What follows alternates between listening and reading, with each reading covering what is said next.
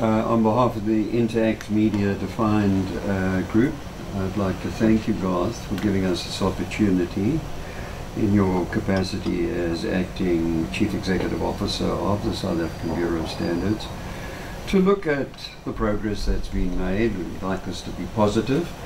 Dwelling in the past is good if you're going to learn something about it in the future, but let's also look at the unenviable task that you and your team have had to look at. And our first question is really appreciating the need, as was stated in the press release, financial sustainability and legislative compliance. Can you please describe how the SABS will provide assurance to its customers who are very negative and suffered financial losses due to the past inability to obtain certificates sooner than later, that the SABS is actually going to get this right? Thank you very much, Rory, and thanks for the opportunity. If I may say so on behalf of SABS, to apologize to all the SABS clients firstly, where clients have maybe been placed in a very difficult position because of the poor delivery of the suite of SABS services in the recent period. The second point, I think, is to recognize that the institution is in distress, and that distress manifests itself at the level of financial sustainability, at the level of governance, management, and operations. We've put in place a short-term turnaround strategy. As everybody is aware, the SABS was placed under administration by the Minister during July, and subsequently we've put in place a short-term strategy. But let me make the point that to fix an institution which is in distress in the way in which SABS is, requires a much longer-term strategy. However, the short-term strategy, we think, is already yielding positive results. We have reinstated the moratorium which was placed on customer-specific requirement testing or partial testing. Obviously, that's got to be rolled out in an incremental way. We are filling 60 mission-critical posts, especially scientific posts in the testing, conformity assessment, certification arena. We are putting in place a strategy to ensure that there is a single point of entry for customers, whether it's with respect to complaints, services, billing, and so on and so forth, all of which is going to rest on a stronger digital platform. We are already refurbishing existing laboratory capabilities where these have been allowed to fall into a state where refurbishment and maintenance was far behind.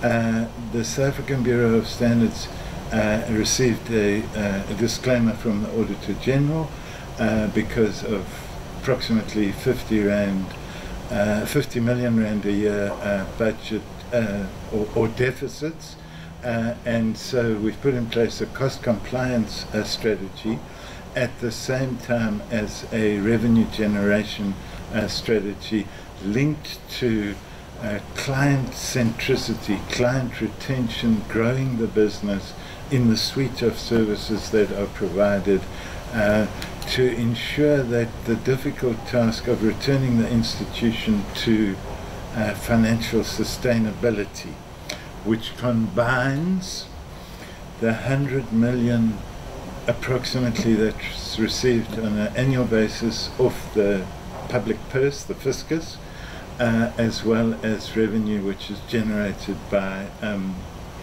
the services that are provided by SABS. I think there's something of an anomaly which I'm trying to address. There's this anomaly that standard setting and the management of South African national standards is a public good, and certification and testing isn't. In my view, they are all a public good, and they should be funded by a combination of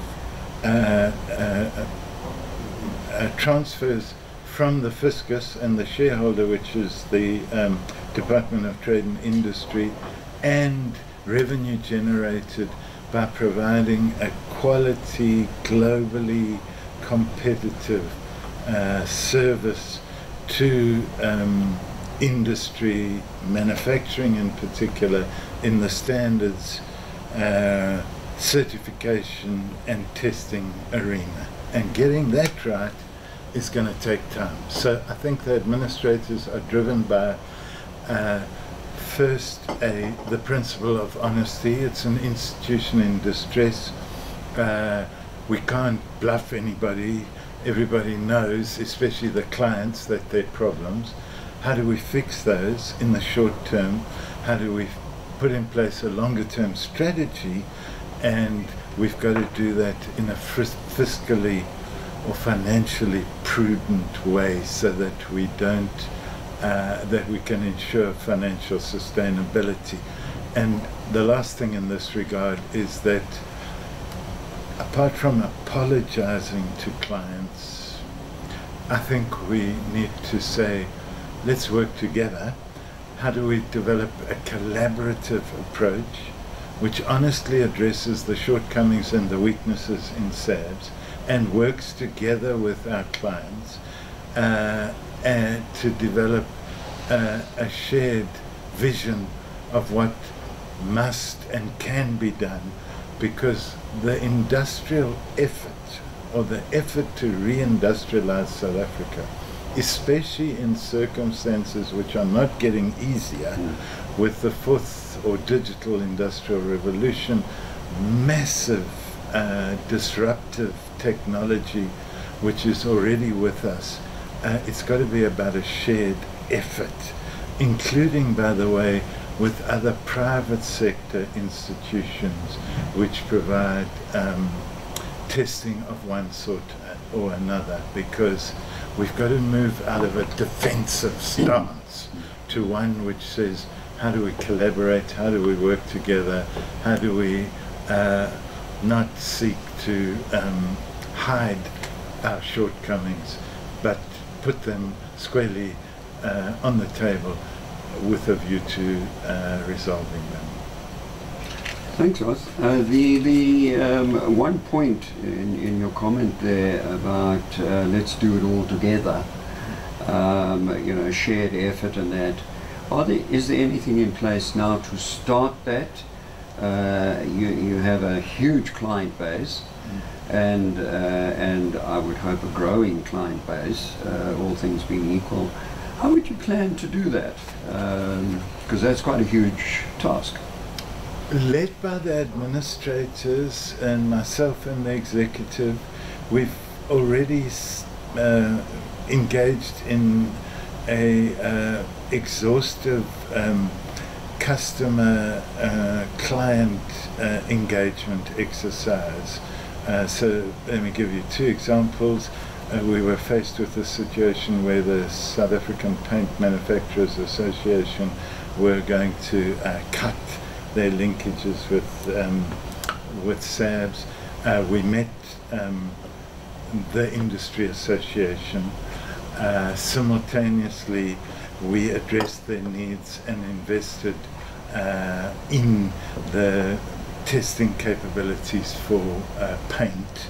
We then arranged for SAPMA to visit the laboratory to assess the capital investment that we've done and whether it could meet their standards.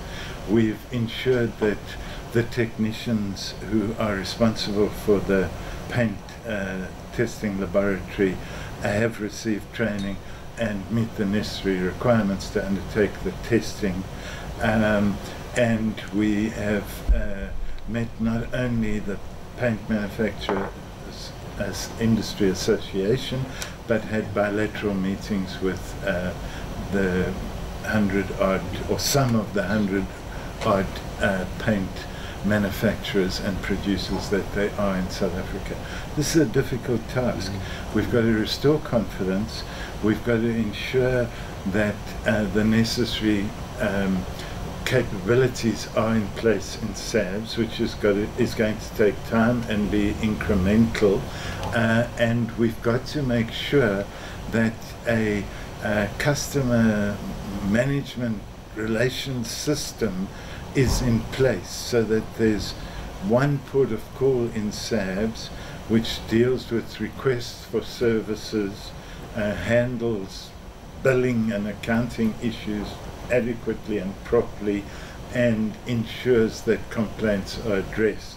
So an institution which has different divisions from standards, certification, testing, enterprise development and design, you know, the failure often in an institution like this is that clients have to speak not to one entry point to resolve their problems, but end up speaking to 5, and the call center shifts them from pillar to post. It's an administrative hurdle for the clients. They often don't get satisfaction. They are understandably irritated. And so it's about a combination of rebuilding confidence, putting in place the correct systems, including digitally loaded systems, as well as being able to provide the requisite professional level of service, and finally dealing with complaints, which, as I've said earlier, we don't want to be defensive about. We admit that there are problems. The critical thing in SABS is to ensure that our management, performance management, non-performance management, training, organizational development interventions ensure that we provide a professional, competent service. And there's no quick fix for that. It's going to take time. I'm convinced that there are women and men of both good faith, but of high technical and professional expertise in the institution. We can get it right after a number of years of decline, and we will get it right. It's going to take time. There's going to be ups and downs. We're going to get some things right. We've got to learn by doing, and we've got to learn by doing by having a non-defensive posture. Just picking up your point again there on setting up all these sections to handle the different needs of the customer. In the short term, where do they go to in terms of getting answers quickly in this very short term period? Well, there's a single call center in operation. That call center will delegate requests, complaints, and issues which arise. Those are monitored from point of entry to conclusion. We're putting in place a digital system and dashboard. It's going to take a few years before that's state of the art, but it's already in place. Where there is a lack of drawing any complaint or query to its conclusion satisfactorily, I've said to industry associations and companies, I've got an open door, let me know where, and we've got meetings this week and next week with companies where they haven't received satisfaction. I will personally meet with them, call in the appropriate managers responsible for this work. To the best of my knowledge, all the outstanding complaints have been dealt with. There's some which require longer term process. For example, where we don't have the requisite testing capabilities, it's going to take time to be able to respond to those problems. But you know, we've given an undertaking, and I stand by this undertaking, that we'll address every single complaint, and customers and clients are welcome to get hold of my office, and I'll personally address those complaints. I'm not saying we're going to be able to deal with every single one to the satisfaction of the client, but we'll try our very best. I appreciate the directness and honesty there on that one. The relationship with ISO. You know, this is now onto the international stage, and is the idea, or what is the merit in taking the ISO standard and then adapting it to the South African standard in terms of time, in terms of it's been done before, so now, you know, let's make this happen a bit quicker than perhaps what it has been in the past. You will be aware of the fact that SABS is one of the founding members of ISO, and we value the relationship with ISO and the Global Electrotechnical Institution, I think it's called the IEC, and we're absolutely determined to strengthen that relationship.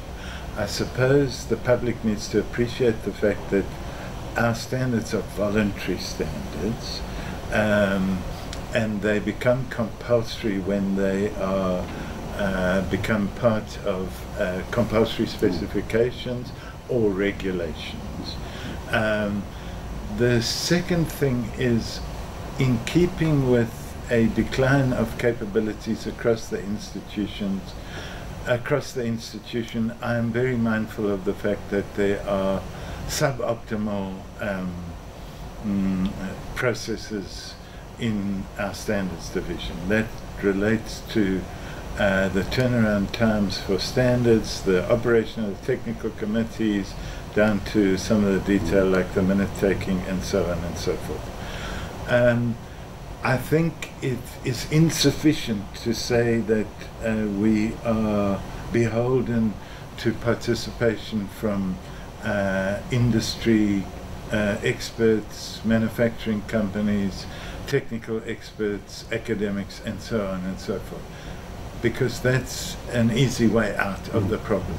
We must make sure that the way in which we manage the technical committees, the way in which we ensure that technical experts, manufacturing companies, industry associations, and so on and so forth, see participation in the technical committees as very important for their companies, for the manufacturing sector and industry in South Africa as a whole, and that the regulatory burden of so doing is as limited as possible. It's behoven on SABS to make the process easy, rather than saying we are prisoners to the voluntary process and the participation of external stakeholders. That's my approach to the issue. We've got to get it right. We've got to improve the professional capabilities through interventions such as training in our standards division, get the technical committees working better, getting the minute takers, the editors, and so on and so forth better up to speed. That's going to take time, it's going to take training, and it's going to take changing the kind of organizational culture away from this approach which is sometimes adopted, which is, it's not our fault. Yeah. It may not be our fault, but we've got to make sure that it works much, much better than it is at the moment. I think, if I may add to this, I'm of the opinion, and I can't speak on behalf of the Minister of Trade and Industry, but my understanding is that he's given an instruction for a review of the 2008 Acts, which separated the National Regulator for Compulsory Specifications and the South African Bureau of Standards, to have something of a mid-term review. What has been the impact, both positive and negative? What is the existing policy, regulatory and operational status quo of the suite of technical infrastructure or SQAM institutions, SABS, the National Metrology Institute, the NRCS, and the accreditation body SANAS? What is the status quo and the impact of those SQAM institutions on the industrial effort? What are the unintended negative consequences? What's an optimal ecosystem of SQAM institutions? What are the best practices in other jurisdictions? Probably looking at one or two middle income countries rather than developed industrial countries. What is the best mix of these policy interventions, and how do we scale that up? So as we do, as we put in place a process to strengthen SABS, it's got to be in collaboration with the other technical or SQAM institutions, and we've got to ensure that an ecosystem of those institutions supports the industrial effort, because at the end of the day, unless we, at the risk of stating the obvious, get in place a set of supply and demand side instruments by government, whether it's incentives or public procurement to support local manufacturers, and an enabling technical infrastructure institution, then we won't create the requisite environment for the private sector to create wealth, grow jobs, absorb and diffuse technology, exports, and so on and so forth. And I know that's very high level, but actually that is something that the Minister has said we must do as a matter of urgency. I think that's very good news, and a lot of the questions you have already answered. So I'm going to jump to your three plans. The first, the second, and the third plans that you're putting in place. A little bit of timelining on it. I said, you have said it's going to take a long time, but any idea of plan number one, plan number two, and plan number three in terms of putting some kind of timeline on it? The administrators were appointed up to the 31st of January 2019.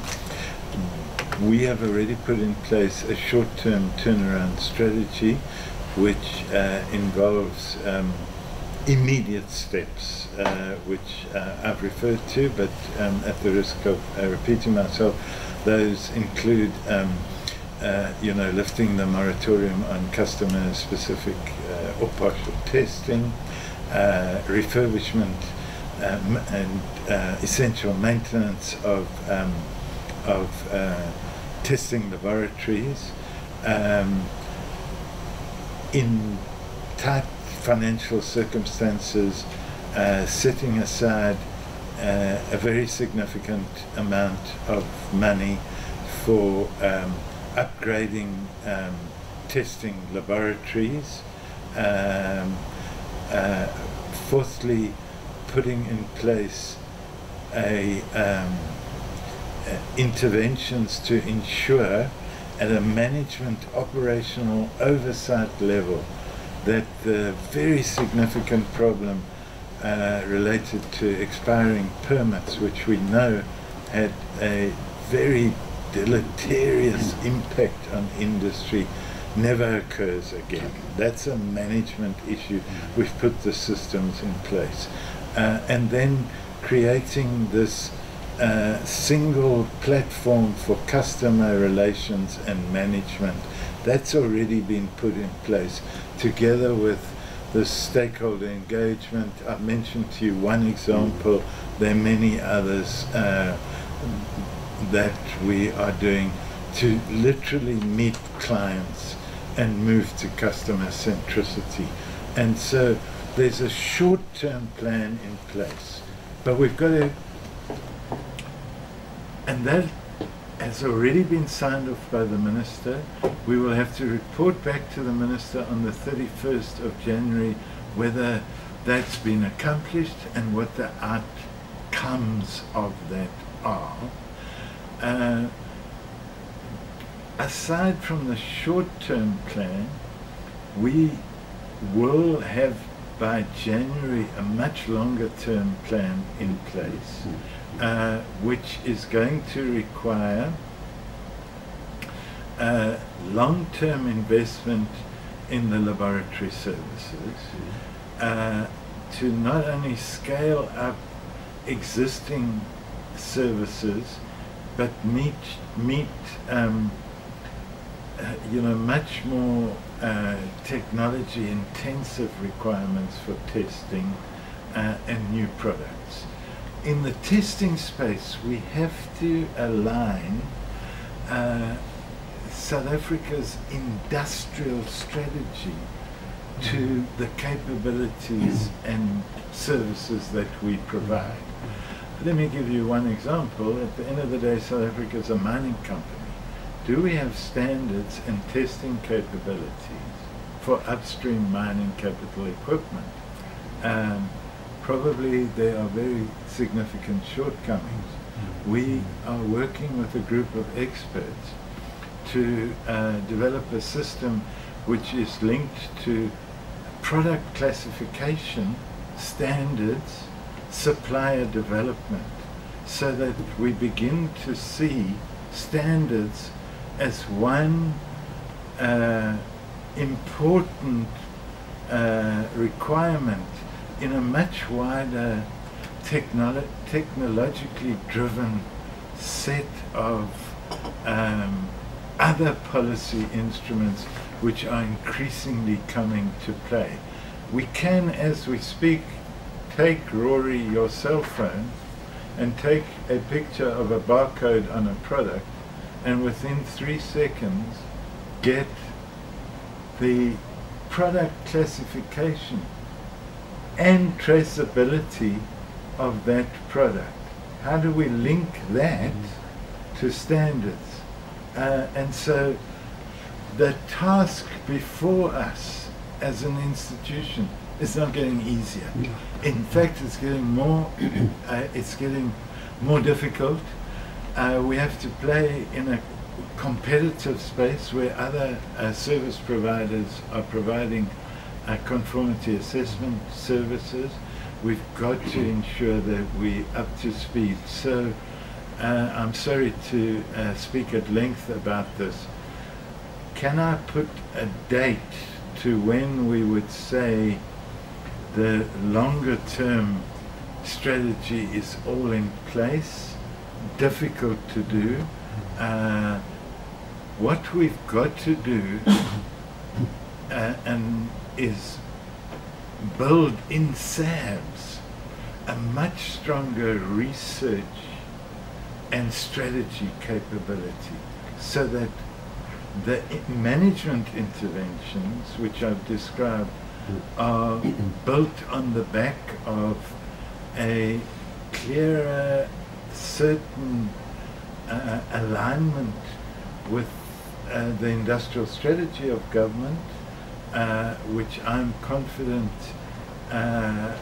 in the years to come will become more focused and supported, And secondly, that our strategy is aligned to the huge, as I've said, technological and carbon mitigation, disruptive technologies that are coming down the road. It's important to be able to test chemicals and cement and piping and so on and so forth. But we've also got to get much higher up the value chain in relation to the services that we provide. That's a difficult job.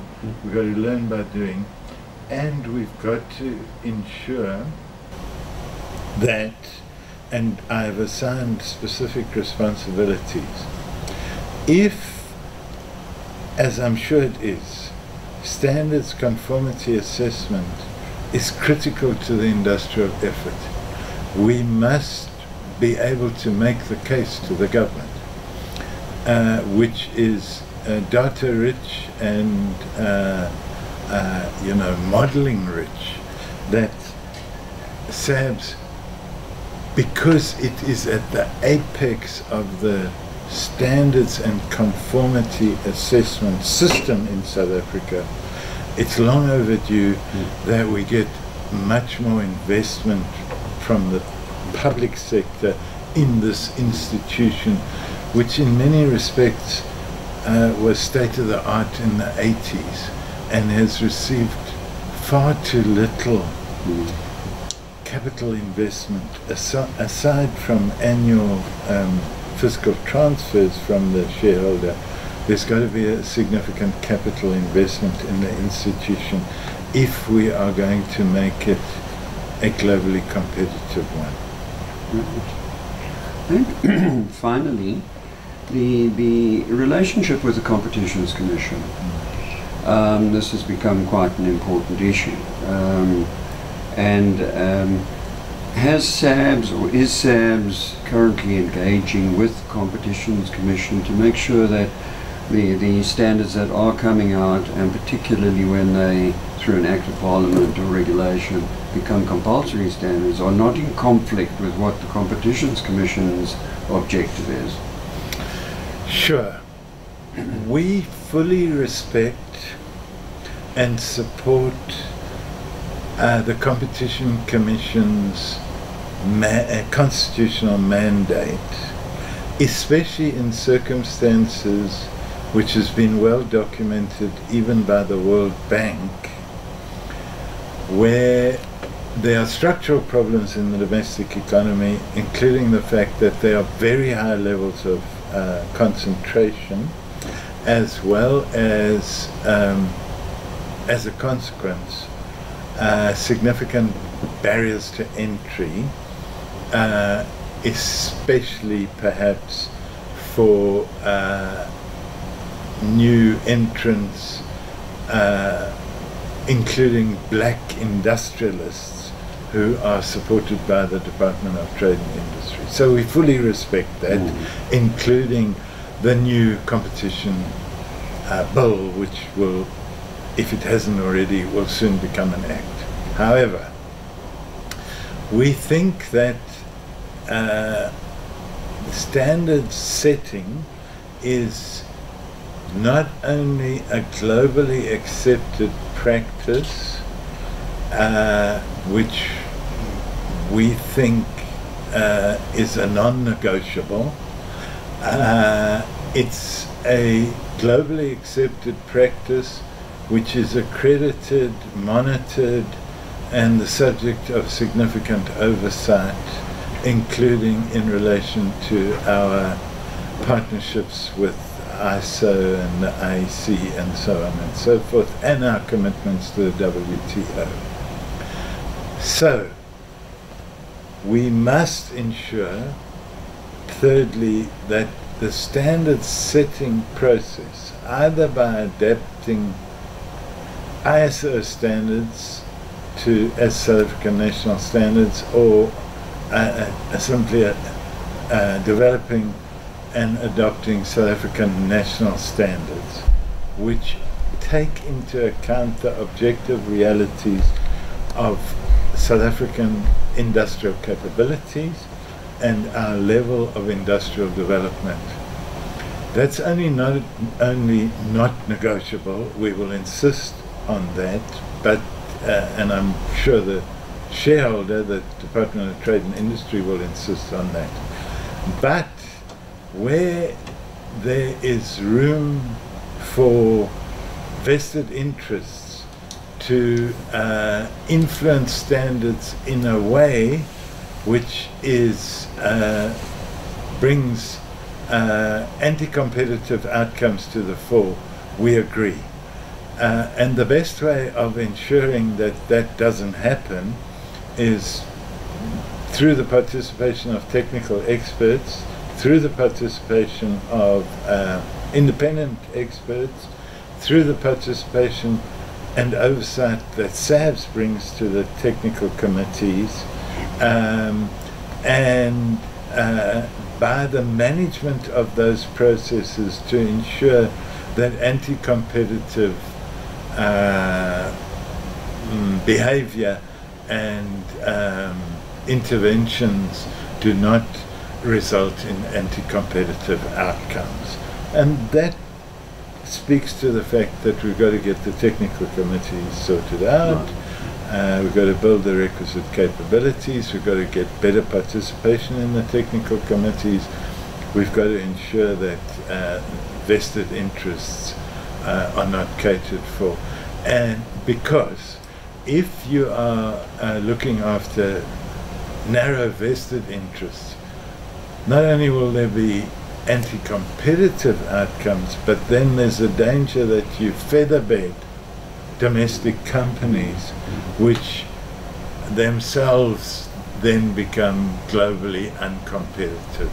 And so a standard is a voluntary standard for the domestic market, but it also has to be a voluntary mark of high standard for export markets. And so when it doesn't pass that test, then you are sending the wrong signal.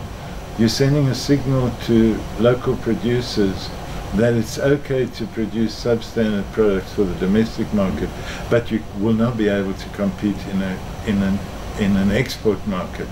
And that is a critical determinant.